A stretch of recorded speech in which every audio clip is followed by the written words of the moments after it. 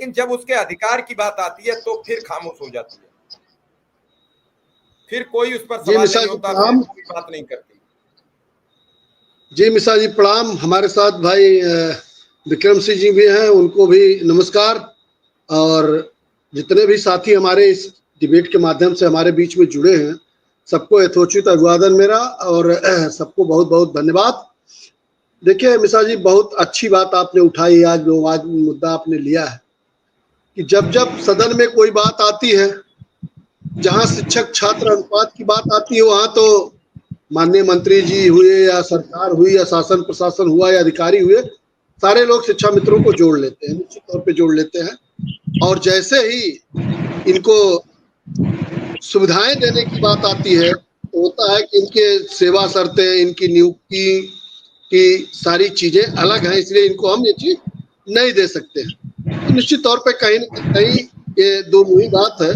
शासन को इसको सोचना चाहिए कि अगर आप हमको शिक्षक और छात्र के अनुपात में जोड़ रहे हैं तो हमारी भी सुविधाओं का ध्यान रखना चाहिए, निश्चित तौर पर रखना चाहिए। जो ऐसा नहीं हो रहा है, जो कि गलत है, ये एक तरीके से जो माननीय उच्चतम न्यायालय का आदेश है उसकी भी अवहेलना की जा रही है सरकार के द्वारा।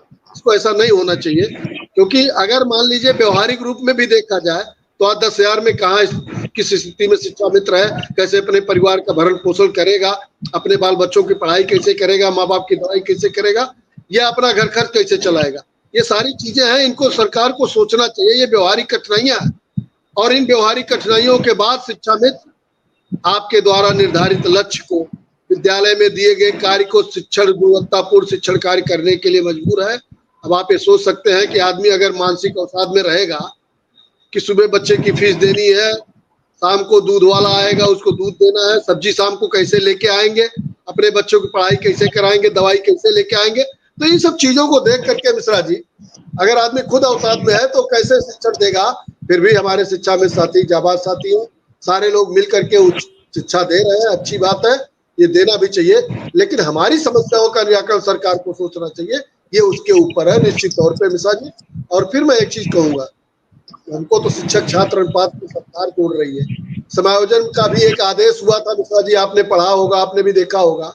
हमारे जितने साथी जुड़े उसमें शिक्षा मित्रों को सरकार ने आदेश में जोड़ दिया कि शिक्षक छात्र अनुपात में इनको जोड़ते हुए सरप्लस करके और किया जाए। तो हमारे जो हमारे साथ हैं, जिनके साथ कंधे से कंधा मिला करके 8 घंटा विद्यालयों में शिक्षण कार्य करता हूँ, उनको बहुत नागवार गुजरा। उन्होंने पत्र लिख करके माननीय मंत्री जी से और अधिकारियों से सूचित किया कि ये इनको आप क्यों जोड़ रहे हैं शिक्षक छात्र अनुपात में। अरे भाई, हम आपके साथ 8 घंटा कार्य करते हैं, आपको कम से कम सोचना चाहिए कि हमारा एक भाई है, छोटा भाई है, बड़ा भाई है, कोई जो भी है आपके साथ, आपके कंधे से कंधा मिला के खड़ा रहता है।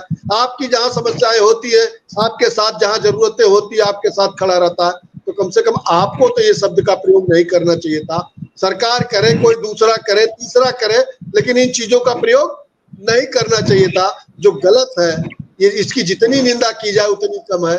मैं तो कहूंगा कि आप अपने वाणी में और आपने जो लिखित दिया, सरकार को उसमें सुधार करना चाहिए। हमारे शिक्षक समाज के लोग हैं और जो शिक्षक और शिक्षा मित्र एक ही विद्यालय में कार्यरत है, ऐसे लोग जोड़ रहे हैं, ऐसे जो हमारे लिए विरोध कर रहे हैं, ऐसा नहीं करना चाहिए। फिर भी आप देख रहे हैं कि जहां बात आती है राजनीति की, हमारे एक धड़े को, एक साथ को लेकर के आप वहां राजनीति करते हो कि हम आपकी समस्याओं का निराकरण करेंगे, और फिर जहां बात आती है कि शिक्षा मित्र की समस्या का सरकार कोई चीज सोचती है, वहां आप विरोध करते हो। ये दोनों ही बात नहीं होनी चाहिए मिश्रा जी। हमारे समाज को भी सोचना चाहिए, हमारे शिक्षा मित्र साथियों को भी सोचना चाहिए कि ये दो मुही बात करने वाले लोग आपके हित की बात कैसे कर सकते हैं।